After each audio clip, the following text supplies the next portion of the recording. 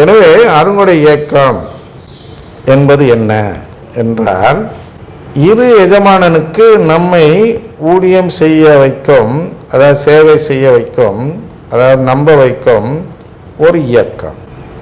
எதை நம்ப வைக்கிறது என்றால், நற்கருணை ஆண்டவரை நம்ப வைக்கிறது, வளமையையும் நம்ப வைக்கிறது. எப்படி கூப்பிடுவாங்கன்னா, வேளாண்ல தான் இருக்கிறோம், வேளாண்ல அதிபராக இருக்கக்கூடிய அதிபர் தந்தை இருக்கிறார் அல்லவா, இருதயராஜ் ஃபாதர் அவர்கள். இங்கே என்ன செய்கிறான்னு தெரியல, வேளாண்ல. அவர் தஞ்சாவூரில் இருந்தப்ப என்ன செய்வார்னா, ஏதாவது விசேஷம்னா உடனே எல்லாரையும் ஆல்டருக்கு கூப்பிடுவார், வாங்க ஆசீர்வாதம் ஆசீர்வாதம் ஒரு ஜெபத்தை சொல்லுவார். ஏனென்றால் அனைவரும் ஆசீர்வாதத்தை தேடுகிறார். அந்த ஆசீர்வாதம் என்ன அவருடைய கருத்து என்றால் வளமை. இந்த வளமைக்காக ஒரு சிறப்பாக ஜெபம் சொல்வார். இது அவருடைய பழக்கம், வளமையை தேட வைப்பது. நாம் என்ன செய்ய வேண்டும்? கத்தோலிக்க சிலுவையை தான் தேட வைக்க வேண்டும். ஆனால் இந்த இயக்கம் அதற்கு எதிராக என்ன செய்கிறது? எதுக்கு எதிராக என்றால், லூக்கா 14:27 எதிராக, தம் சிலுவையை சுமக்காமல் என் பின் வருபவர் எனக்கு சீடராய் இருக்க முடியாது.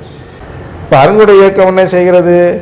சிலுவையை நிராகரிக்க, இறக்கி வைக்க, கலப்பையிலிருந்து கையெடுக்க வைக்க செய்கிறது.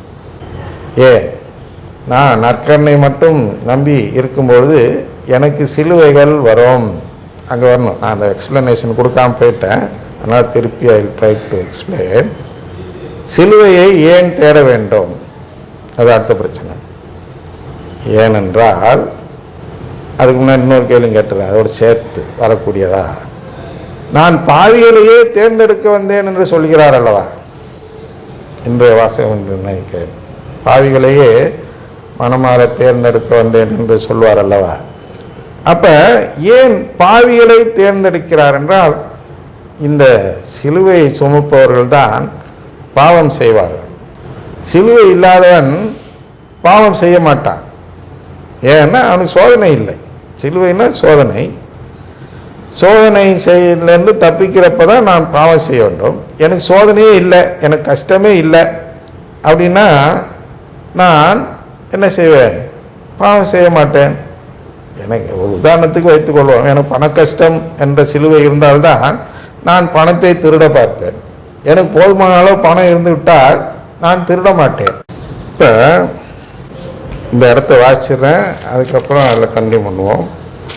அதாவது லூக்கா 5வது அதிகாரம் 31வது வசனமும் 32வது வசனமும் இன்றைக்கு காலையில் வந்த வாசக பகுதி தான்.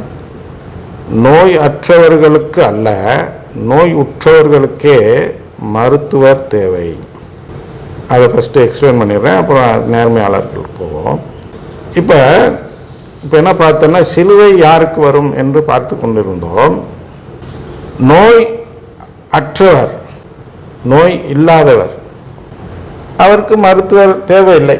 சும்மா ஒருத்தட்ட போய் நீ ஊசி போட்டுவானா, ஏன் எனக்கு என்ன உடம்புல பண்ணுது அப்படின்னு கேட்பார்கள் அல்லவா. அதுபோன்றுதான் இங்கே நோய் என்று எதை சொல்கிறார் அதை கேட்கணும். நோய் இங்கேனா கடவுளிடத்தில் அன்பு,